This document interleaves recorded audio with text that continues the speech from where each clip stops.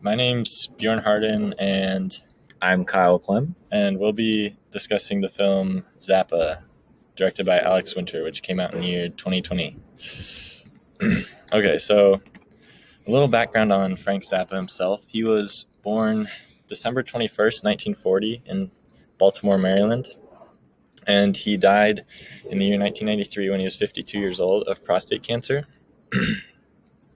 So Zappa first started playing music when he was learning the drums when he was 12 years old, and this was the beginning of his journey into the musical, like all aspects of the musical realm that he continued to explore later on in his life. And somebody that he encountered early on was a composer named Edgar Varese, who he was critics did not like his music very much because it was kind of just random noises and it seemed too experimental for them. And Frank Zappa really latched onto this, and it influenced his style of making music for a lot of his life.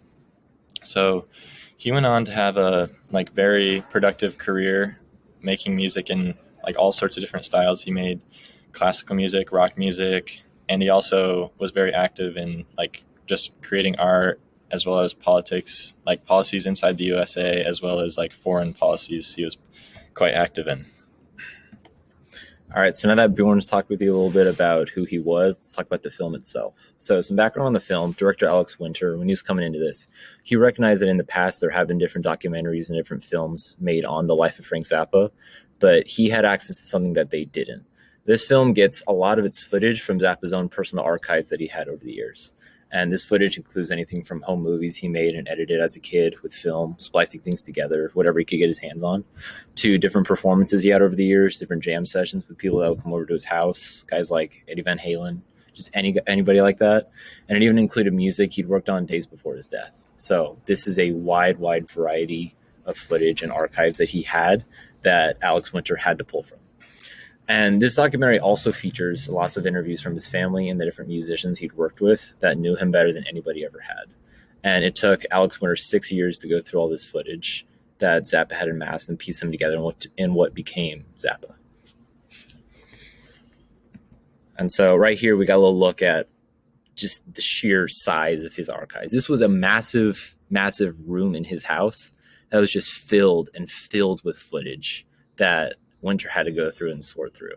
And there's so much stuff that I can't imagine what he found going through there. It's pretty overwhelming. Yeah. Okay. Moving on to the central message. I think this quote that we found from the director Alex Winter, which you can see in the top right corner, really describes I think what he was trying to capture when he made the film, which is that he was much more than this groovy mustachioed guitar guy.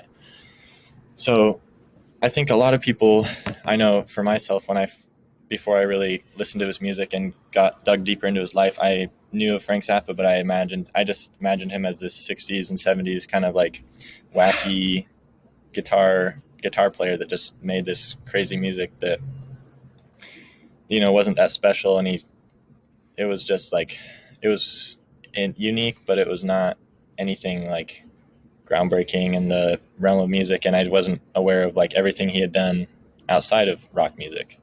So I think this was what the film was trying to capture, because of I think the general public, how they perceive Frank Zappa is different than everything that he really accomplished. So I mean, early on he was composing film scores for movies. He created all sorts of orchestral music for full symphonies. I mean, he worked with the London Symphony Orchestra.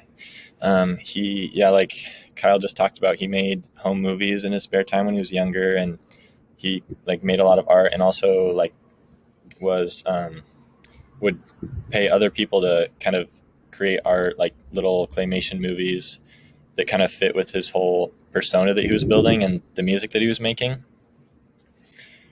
That also includes all of the album covers. He was very active in that. Early on, he made his own album covers, and then later he moved it to other people, but he was still very involved in that. He also was very active in politics, especially when there were organizations trying to censor lyrics. He was a big contributor for more freedom of speech and freedom of expression for musicians. Mm-hmm. So he was pretty pivotal in that. And then also a significant part, like political thing that he was involved with outside of the U.S. was when the Soviet Union left Czechoslovakia. He was very involved in like supporting those people as they moved on to a new era in their country, and he eventually became what was the foreign trade. Yeah, like the trade ambassador to the United States. A really important position with the United States from the Czechoslovakian side. So he knew he knew what he wanted in music and life, especially music. He really knew what he wanted, and he had this really strict vision, and he would do anything it takes to accomplish that vision. So that's kind of what I think the documentary is getting at, is just like we said, there's a lot more to him than meets the eye or that you might realize at first notice.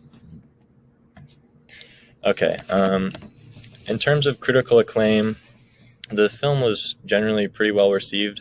I read a lot of good reviews, and just by fans as well as critical reviews, those were mostly positive. I think pretty much the general consensus was that it captured his life pretty accurately and all of the influence that he had in the various facets that he entered. But that said, there were some criticisms that I read. One of these being that it was too focused on his orchestral music and some of the things that he did rather than the rock music, which is what he's well known for, which is understandable because it might not appeal to as wide of an audience. But I think with keeping in mind the central message of the film, I think it's really important to focus on those other parts that he wasn't as well known for.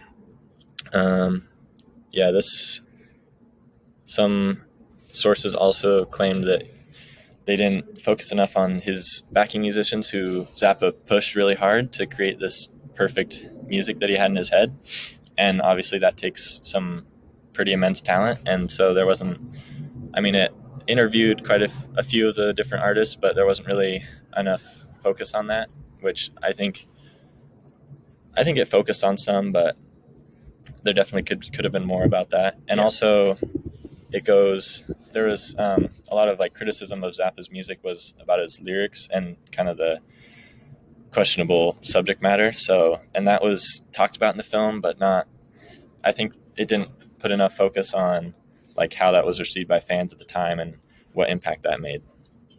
And also this movie was nominated for five different awards. It didn't win any, but I think being nominated is pretty good achievement. And as you can see on the bottom, all of the different rating services rated it fairly highly. So okay, so trying to connect this film to kind of what we've talked about in class. So first off, the idea of rebellion in rock music. This is really what Frank Zappa's calling card was. He was not necessarily what counterculture was seen as, but he was so fixated. His main mission was to just do what was right and what was different in his eyes.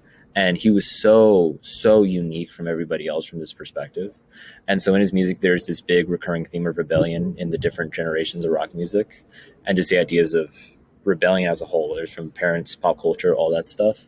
It was just so different from kind of anything else out there. And just a good example of this was one of his albums where it was, what was the album where they parodied the Beatles? What was that one called? Oh, We're in it for the money. Yeah, We're in it for the money. They completely parodied and was, would you say, making fun of the Beatles with that album cover? The Sgt. Pepper album cover? I wouldn't say making fun, but there was a commentary on it. Yeah. There's a sense of commentary on it, trying to rebel against the idea of what the music culture was there. And so that's really what Frank Zappa was known for, being such a unique man. Yeah, I'd say he was pretty active in like kind of commentary on American culture in general, and kind of like trying to move away from that and stay on his own kind of way of like not really caring what other people were doing. Yeah, and another good example of that too was he had a dispute with Warner Brothers later in his career where they just wanted to control him, but he was the kind of guy that you don't control and you don't even try to. And he created his own record label out of that, and they were pretty successful. Yeah. So he was one of a kind, absolutely. Yeah. And so another connection that we found with Frank Zappa that this movie talked about was the drug culture of the time and kind of the idea of the Haight Ashbury drug culture. But this didn't fit Frank Zappa. This was kind of the box I think the outside tries to place him into because of how different and unique his music and he was. Even though he wasn't part of this drug culture, he hadn't taken drugs, he hadn't partaken in that, but it was so different, it felt like it belonged there, even though he wasn't part of that. And so this was another example of how people just tried to fit him in boxes that he didn't belong in just because of how different he was. Like, so hard to put your finger on who Frank Zappa really was. And I think this documentary did a really good job showing him the man to understand who he was instead of just putting him in different boxes trying to understand from there. Yeah, that's our presentation. Yeah, that's Zappa 2020 by Alex Winter. Yep.